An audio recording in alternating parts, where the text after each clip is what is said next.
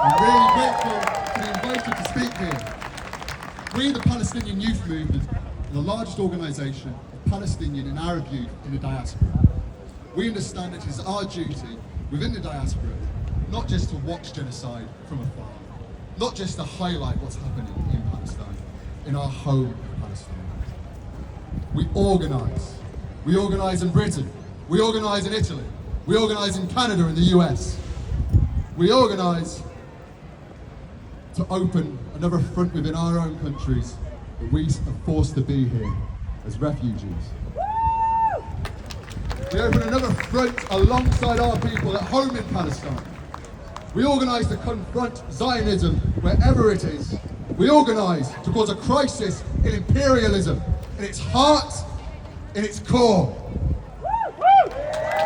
It's been 9 months that our political class, that our corporations, that our media have provided cover, political and financial, to Israel for genocide.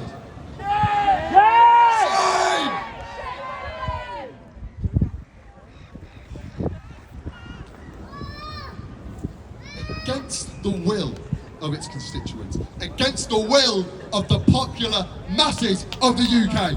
Shame! Shame! Nearly 40,000 have been murdered by trigger-happy, rampaging Zionists. Over 80,000 have been wounded by weapons manufactured here in the UK. Shame! Tens of thousands are missing or imprisoned, being tortured. Now hundreds of thousands are at risk of death due to disease and famine. This will keep happening until the genocide is stopped. It will keep happening until the blockade, the siege of Gaza by land, sea and air is ended.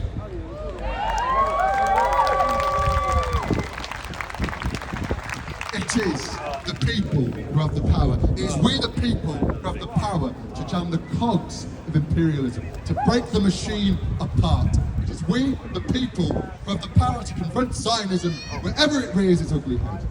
As long as the people of Gaza continue to rise, as long as the people of the West Bank continue to rise, so must we! Israel's genocidal intent has never been clearer. They mean to exterminate and displace every Palestinian. Every Palestinian. They forcibly displaced our people, our families, our loved ones. They forced themselves. They forced them to the so-called safe zones of Rafah and Al-Mawasi, only then to bomb them, to strike them again. This isn't some problem that's just happening over there. It's not some problem across the seas in the Middle East. No, we have a direct responsibility here in the belly of the beast to take action. All around us is complicity. All around us. Our political classes, our government, both local and national, our educational institutions, our financial institutions, our media, our corporations and industries, their hands are drenched in Palestinian blood. Their pockets are lined with the prophets soaked in Palestinian blood. Shame! Shame! Shame! Shame! Now, we, the Palestinian Youth Movement, earlier this month launched a new campaign called Mask Off Maersk. This is an international campaign targeting logistics giant Maersk.